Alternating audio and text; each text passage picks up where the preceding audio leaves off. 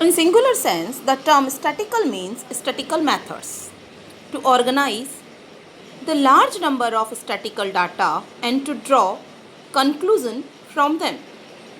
Some statistical methods are used, such as methods regarding collection, presentation, analysis and interpretation of data.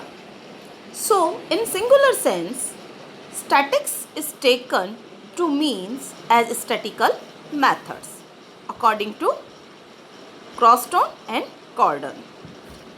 तो यहाँ पर singular sense के अंदर जब हम स्टैटिक्स की बात करते हैं तो सीधा आता है मेथड के बारे में. सीधा मीनिंग इसका निकलता है स्टैटिकल मेथड्स के बारे में, जिससे हम हमारी इंफॉर्मेशन को कलेक्ट करते हैं.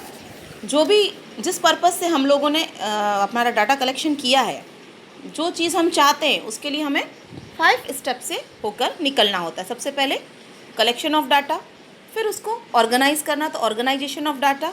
सिर्फ ऑर्गेनाइजेशन करने से काम नहीं चलता, फिर उसको हाउ टू प्रेजेंट, तो प्रेजेंटेशन ऑफ डाटा.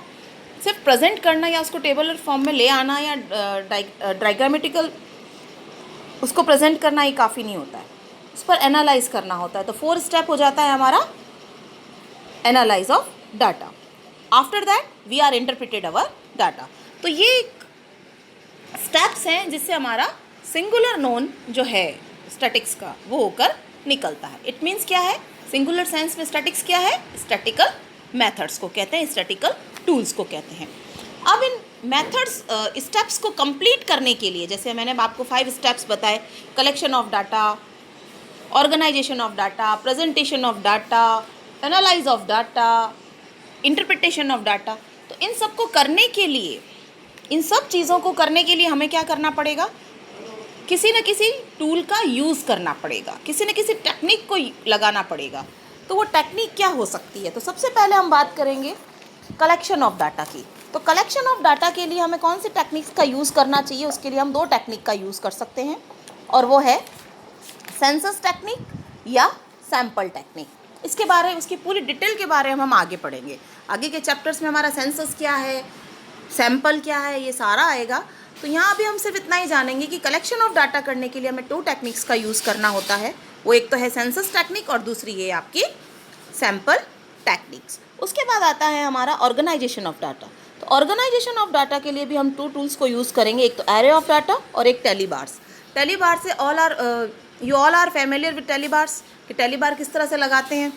जब हमारे पास खूब सारे होते हैं तो हम एक लाइन खींचते थे, फिर उसको 5 पर काटते थे, उसी को हम टेलीबार कहते हैं. इसके बारे में भी हम आगे जाकर डिटेल में पढ़ेंगे जब हमारा प्रैक्टिकल पोर्शन शुरू हो जाएगा. उसके बाद बात आती है हमारी प्रेजेंटेशन ऑफ डाटा. तो डाटा को प्रेजेंट करने के लिए हम टेबल्स बना सकते हैं, हम ग्राफ्स बना सकते हैं, या उसका डायग्राम बनाकर भी उसको प्रेजेंट कर सकते हैं. तो उसे हम कहते हैं प्रेजेंटेशन ऑफ डाटा. फिर हमारा 4th स्टेप है, वो है एनालिसिस ऑफ डाटा. तो एनालाइज करने के लिए हमें क्या करना होगा, परसेंटेज, या तो हम परसेंटेज निकाल कर हमारे डाटा को एनालाइज करेंगे, या फिर एवरेजेस निकाल कर हम हमारे डाटा को प्रेजेंट कर सकते हैं, या फिर कोरिलेशन के ज़रिए या रिग्रेशन या कोफिशिएंट के ज़रिए हम हमारे डाटा को प्रेजेंट कर सकते हैं. Okay, at last stage 5, interpretation of data.